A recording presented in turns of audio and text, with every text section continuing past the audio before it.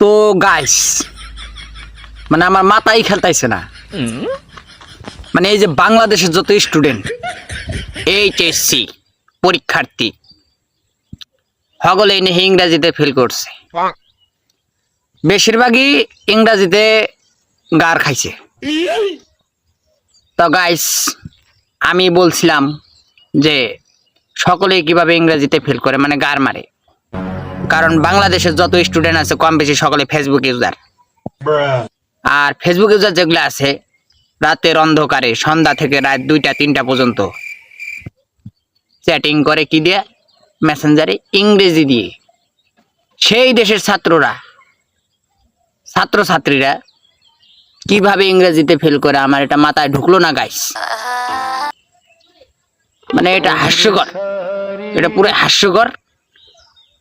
তো যাই হোক, এই বিষয়ে আপনারা কমেন্ট বক্সে কিছু বলে যান।